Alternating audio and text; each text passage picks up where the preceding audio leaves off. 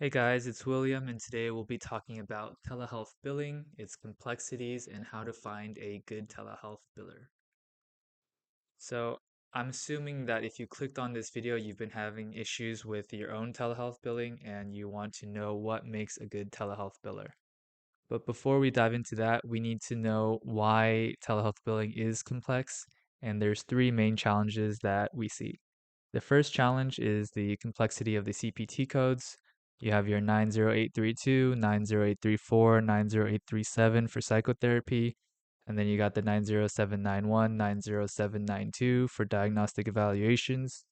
And the problem with that is that they all require precise knowledge. It's not just about adding a modifier at the end. And then the next challenge is there are inconsistent payer policies across Medicare, Medicaid, and commercial insurers. These payer policies are being updated all the time as well, and it's hard to stay on top of those regulations. The last challenge is that telehealth documentation is crucial. It must demonstrate medical necessity, consent, technology specs, and licensing compliance, or we run the risk of running into audits. So now that we know what makes it complex, I just wanted to go into why it really matters and what the difference is for a practice that has experienced billers versus not experienced. So, for a well managed practice, you will see around 30 to 35 days in AR. And then, if you don't have expertise, we will see extended AR beyond 60 days. The write off rates are also at a higher rate of 5% versus 2%. And then collection rates also drop 10 to 15%. And all of these just equal your stress for your staff, and financial stress as well. Okay, so now that we've cleared why it matters and what are the challenges we face, we'll get into how to find a good telehealth biller. So, the first thing you want to look for is a proven track record, in particular with mental health telehealth claims. So, you want to ask them their experience with it, their clean claims rates, their average days in AR, all of that for a practice that is in similar size to yours. That's important because scale does change many things as well. And then you also want to make sure that they have a deep understanding of credentialing complexities and interstate licensing requirements. This is big especially if you want to expand your telehealth services into other states. You will run into hiccups if you don't know about interstate licensing.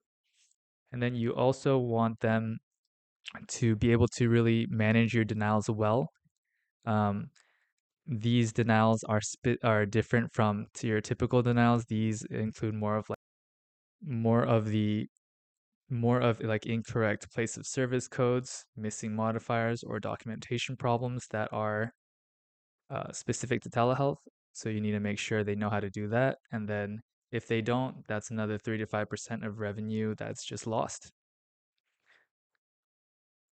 And then there are also two additional factors that really play into the success of telehealth billing, and that's first one is technology integration, data security, and HIPAA compliance are critical. Without proper infrastructures, you're going to get manual data entry errors, delayed submissions, and inconsistent reporting. And then the second factor is the state-by-state regulatory compliances. Practices have to navigate, varying state regulations for licensure, prescriptive authority, and billing.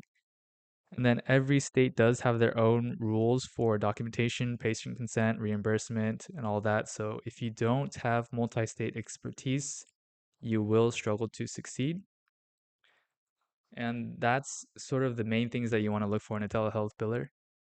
And then in terms of this video, what we've gone over, I hope, is that you understand that telehealth billing is a specialty that is a necessity that if you don't have, you can lose lots of money, lots of time, lots of stress.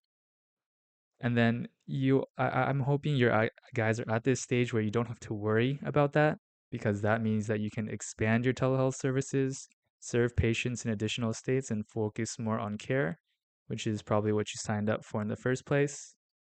But I hope you enjoyed listening to this video. Feel free to check us out at ardentpracticepartners.com for more free information. And then if it was useful to you and you enjoyed it, please give it a thumbs up, subscribe, and then potentially share it with someone who could also find it useful. I appreciate you guys and take care.